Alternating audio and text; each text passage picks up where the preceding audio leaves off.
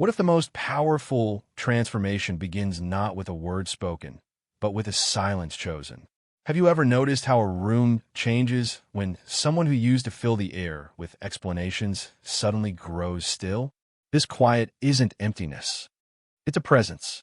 Carl Jung's work reveals that when a person, particularly a woman, consciously withdraws her constant speech, she isn't retreating. She is returning to a profound inner source of strength. This shift from seeking external validation to cultivating internal authority marks a critical psychological turning point.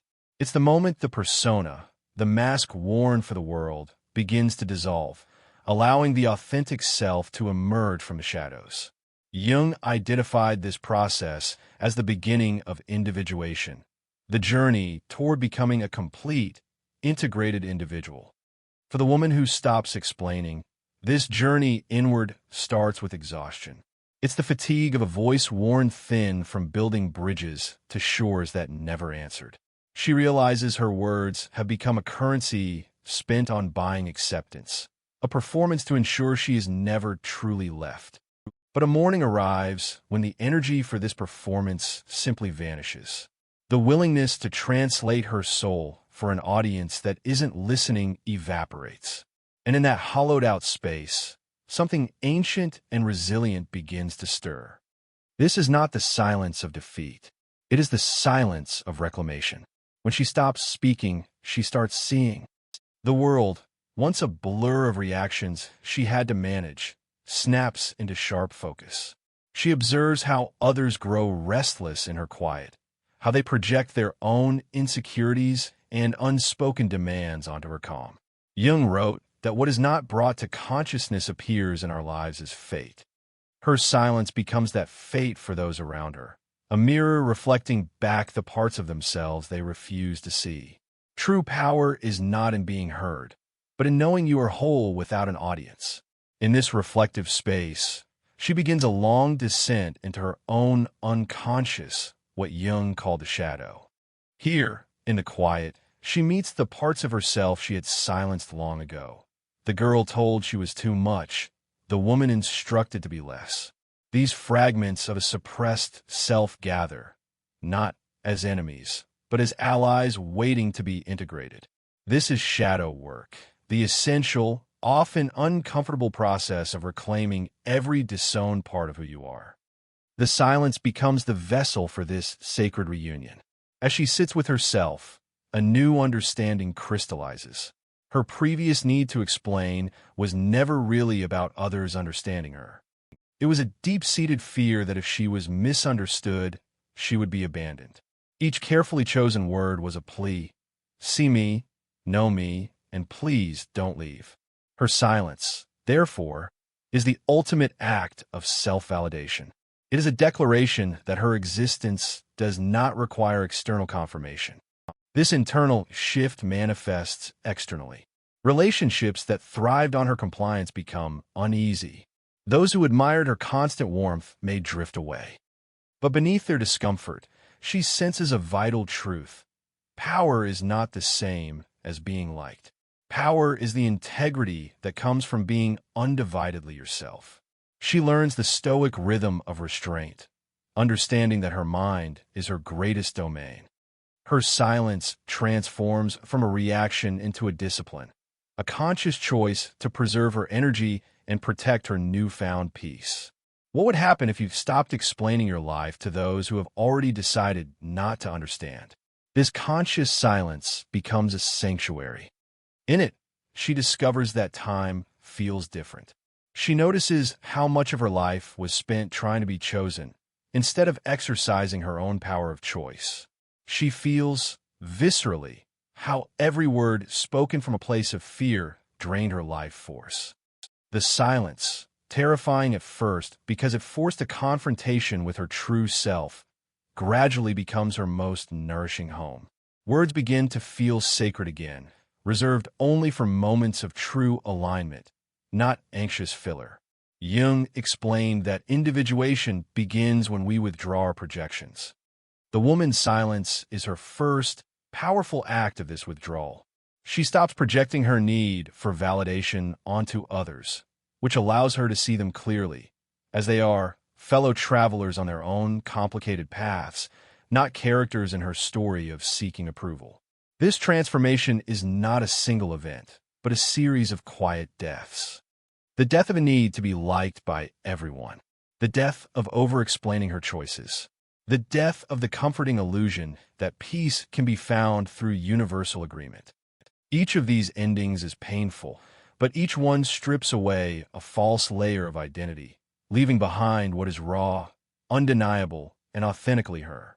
When she does choose to speak again, her voice carries a new gravity. It doesn't tremble with the need for a positive response. It resonates with the quiet certainty of someone who no longer needs to be heard to know her own worth. And those who listen can feel this shift, not in the words themselves, but in the potent silence that cradles them. Silence is the sanctuary where the soul finally speaks its native language. Her silence also becomes a gateway to ancestral memory, the collective unconscious Jung described. She feels the weight of generations of women who learned to survive by making themselves small, by swallowing their truths. She realizes she is not here to repeat their silence, but to transform it. Her conscious quiet is an act of reweaving a broken lineage, turning inherited suppression into chosen sovereignty. In the absence of constant noise, her inner world begins to communicate through the language of the soul, dreams, symbols, and intuitions. She dreams of deep forests, of unshakable mountains, of finding light in dark places. These are not random images. They are fragments of her essence returning home. You may know this feeling, when silence becomes fertile ground, not an empty void. It's the moment you start hearing your intuition again, not as words, but as a deep, bodily knowing. Her relationships undergo a natural refinement. She can now discern, with unsettling clarity, who is drawn to her essence and who is merely drawn to her energy to consume it. The former are deepened, the latter fade away. Her silence acts as a gravitational force, pulling toward her those who resonate with depth and repelling those who require noise to feel secure. Jung believed that when one person integrates their unconscious, it affects the collective. Her stillness becomes a quiet revolution in every room she enters. Of course, this power is tested. Loneliness whispers that she has gone too far inward. Others may label her distant, arrogant, or cold. But she recognizes these criticisms as projections, the discomfort of others confronting their own unintegrated shadows in the mirror of her calm. When you no longer rush to fill a space, you force others to sit with what they have created. Silence holds space accountable. That is its secret strength. She learns that silence is not about suppressing emotion, but about mastering reaction. Anger is allowed to settle into sharp insight. Sadness is given space to soften into compassion. Loneliness matures into a fertile space for creativity. Every feeling, once expressed compulsively, now reveals its hidden wisdom when held in the container of quiet awareness. The Stoics called this self-rule. She calls it freedom. In her silence, she grieves. She mourns every time she spoke and was not heard, every time her intuition was dismissed. She grieves not with dramatic words, but in a stillness that transforms pain into wisdom. This is the alchemy of silent mourning. It cleanses the spirit without the need for an audience. Over time, her silence ceases to be a practice and becomes her nature. She crosses a threshold where she is no longer fragmented by the need to please or perform. She is whole. Jung described this as the individuated state. From this wholeness, her entire life reorganizes. She doesn't need to strive. Life moves toward her, drawn by the authentic gravity of her being. The woman who once spoke to be seen now speaks only to serve truth. Her words are few, deliberate, and dense with meaning. People listen differently because they sense her speech is born from profound silence, not from a hunger for attention. One evening, Standing under a vast, quiet sky, she realizes she has become what she once sought externally. She is her own sanctuary. Safety is no longer a condition granted by the world. It is a state she carries within. Jung said that until you make the unconscious conscious, it will direct your life, and you'll call it fate. Her silence was the tool that made her conscious, allowing her to reclaim the authorship of her own life. She learned to distinguish between love and attachment. Love can flourish in silence. It needs no constant proof. Attachment is noisy, desperate for reassurance. Her quiet burned away the attachment until only a calm, steady love remained. Those who meet her now face a choice: to step into their own truth or to retreat. There is no middle ground. Her presence, forged in silent self-confrontation, dissolves pretense. She had to meet her own inner dragon, the part that needed to be right, to be chosen, and by integrating it, she made herself invulnerable to having it weaponized against her. Her silence is now untouchable. In the end, she did not become silent to prove a point or to protect a wound. She became silent because she had finally become real. And in that reality, she discovered the ultimate paradox that Jung and the Stoics understood.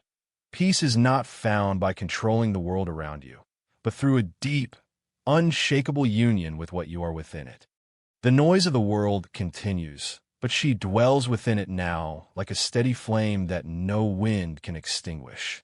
Her silence is no longer a strategy. It is a state of reverence.